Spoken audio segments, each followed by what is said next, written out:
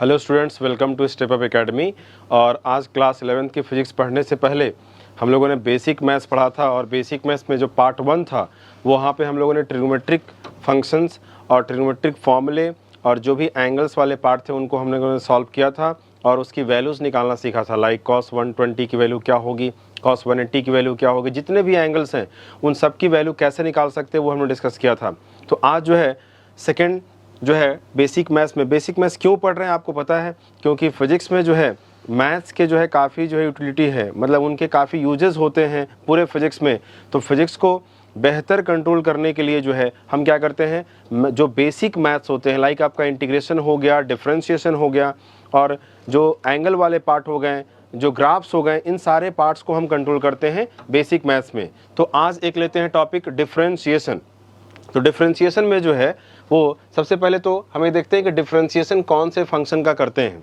तो डिफरेंशिएशन के लिए सबसे पहले मैं आपको पहले दो चीज़ बता रहा हूँ कि एक जो है कांस्टेंट और दूसरा है वेरिएबल। पहले दो टर्म को क्लियर करता हूँ, कांस्टेंट और वेरिएबल। नाम से ही क्लियर है कि ऐसी फंक्शन या ऐसी वैल्यू जो हमेशा जो है डेफिनेट वैल्यू दे रही है। मतलब कांस्टेंट का मतलब ये हो गया कि वो किसी के रेस्पेक्ट में चेंज नहीं हो रही है, और अगर चेंज नहीं हो रही है तो ऐसे फंक्शन को हम क्या बोलेंगे, कांस्टेंट बोलेंगे। ठीक है, तो कांस्टेंट की बात हो गई।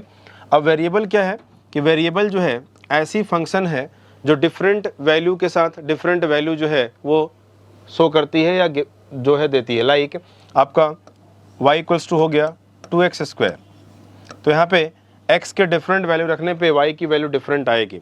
तो ऐसे फंक्शन को हम क्या बोलेंगे, वेरिएबल फंक्शन बोलेंगे। ठीक है, तो वेरिएबल हो गए। तीसरी चीज़, अब डिफरेंशिएशन जो है हम कौन से फंक्शन का करते हैं, तो डिफरेंशिएशन जो है हम वेरिएबल फंक्शन का करते हैं। एक्चुअली जैसे मान लो यहाँ पे हमने क्या किया, मुझे y को डिफरेंशिएट करना है x के रिस्पेक्ट में। ये आपका डिफरेंशिएशन का मैं बात कर रहा हूँ।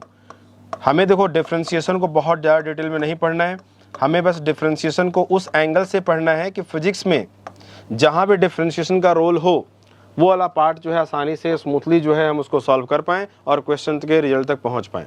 ठीक है, तो उसके लिए हम क्या कर रहे हैं, जैसे मान लो हमने बोला कि y का हमें डिफरेंशिएशन करना है x के रिस्पेक्ट में, तो इसको हम ऐसे ही बोल सकते हैं कि जो है y में जो चेंज आ रही है, small change in y, dy लिखा हुआ है, small change in y with respect to small change in x, इस वाले चीज़ को हम क्या बोलते हैं, डिफरेंशिएशन बोलते हैं। अब y आपका जो फंक्शन है वो मान लो वेरिएबल है, तो उस वेरिएबल फंक्शन को जब हम x के रिस्पेक्ट में जो है क्या करेंगे, उसका रेट निकालेंगे, जब चेंज निकालेंगे। ठीक है, तो जब चेंज करेंगे उसको उससे डिवाइड करेंगे तो वो हो जाएगी उस वाले फंक्शन y की x के रिस्पेक्ट में डिफरेंशिएशन। ठीक है, अब कैसे निकालते हैं डिफरेंशिएशन के क्वेश्चंस को सॉल्व करने के लिए, अब इसका फिजिक्स में क्या यूटिलिटी है। लाइक जैसे देखते हैं इधर कि सपोज आपको डिस्प्लेसमेंट की फंक्शन गिवन है। ठीक है, अब हमें निकालना है वेलोसिटी। तो डिस्प्लेसमेंट से अगर वेलोसिटी निकालना है तो हम क्या करेंगे, इस फंक्शन को डिफरेंशिएट करेंगे तो हमें वेलोसिटी मिलेगी। अब डिस्प्लेसमेंट को हम लिखते हैं x से और टाइम के रेस्पेक्ट में डिफरेंशिएट करेंगे तो वेलोसिटी मिलेगी। मतलब इस चीज़ को हम ऐसे लिख सकते हैं कि displacement of x, that is displacement, differentiation of displacement with respect to time, तो ये हो जाएगा आपका वेलोसिटी। मतलब अगर हमें कोई फंक्शन डिस्प्लेसमेंट की गिवन हो तो उसको हम टाइम के रिस्पेक्ट में अगर डिफरेंशिएट करेंगे तो वेलोसिटी आ जाएगी। ठीक है, उसी तरह से अगर वेलोसिटी की फंक्शन गिवन हो और हमें एक्सेलरेशन निकालना हो तो उस केस में हम क्या करने वाले हैं, इसको भी टाइम के रिस्पेक्ट में हम डिफरेंशिएट कर देंगे। तो अगर मान लो वेलोसिटी फंक्शन गिवन है तो उस वेलोसिटी के फंक्शन को टाइम के रिस्पेक्ट में डिफरेंशिएट करेंगे तो एक्सेलरेशन आ जाएगी। तो इस तरह से हम क्या कर सकते हैं कि डिफरेंशिएशन वाले चीज़ का फिजिक्स में इस तरह से इस्तेमाल कर सकते हैं। ठीक है, लाइक हमें आगे चल के बहुत सारी चीज़ें हैं, हर जगह जो है डिफरेंशिएशन का रोल होता है कि जैसे हमें इन सब पार्ट्स को सॉल्व करना है तो हम डिफरेंशिएशन को कैसे स्मूथली फॉलो करेंगे। तो उसके लिए डिफरेंशिएशन के कुछ रूल्स होते हैं, तो कुछ थ्योरम होते हैं जो आपको याद रखने पड़ते हैं, तब जाके अगर फंक्शन उस फॉर्म में गिवन है तो उस रूल को फॉलो करते हुए हम डिफरेंशिएशन के क्वेश्चन को कर सकते हैं। जैसे कि यहाँ पे ये देखें, यहाँ पे लिखा हुआ है थ्योरम ऑफ डिफरेंशिएशन।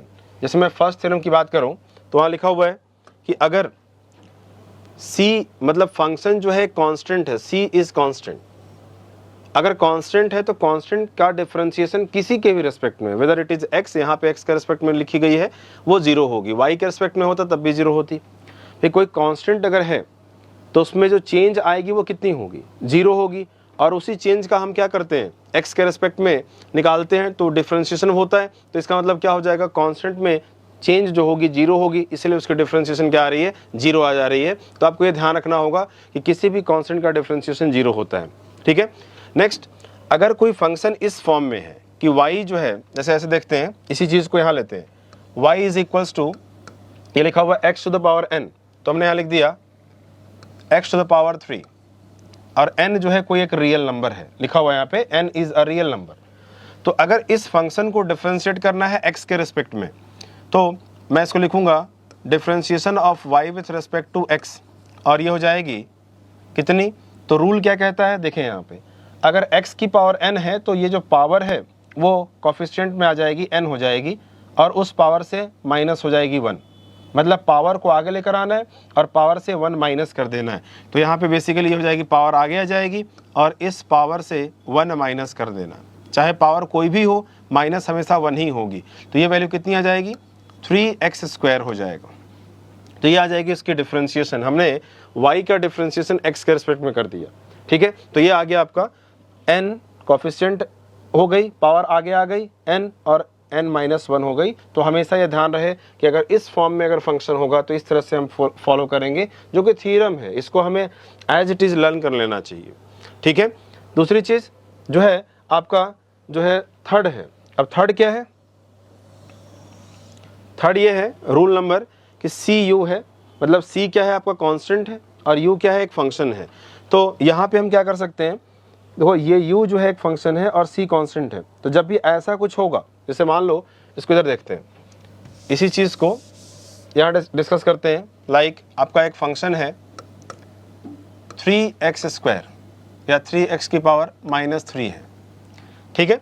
अब इसके हिसाब से ये जो 3 है ये क्या है, आपका फंक्शन है, ठीक है।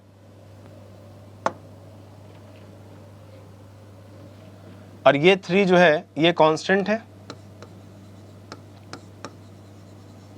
और ये जो है आपका वेरिएबल है।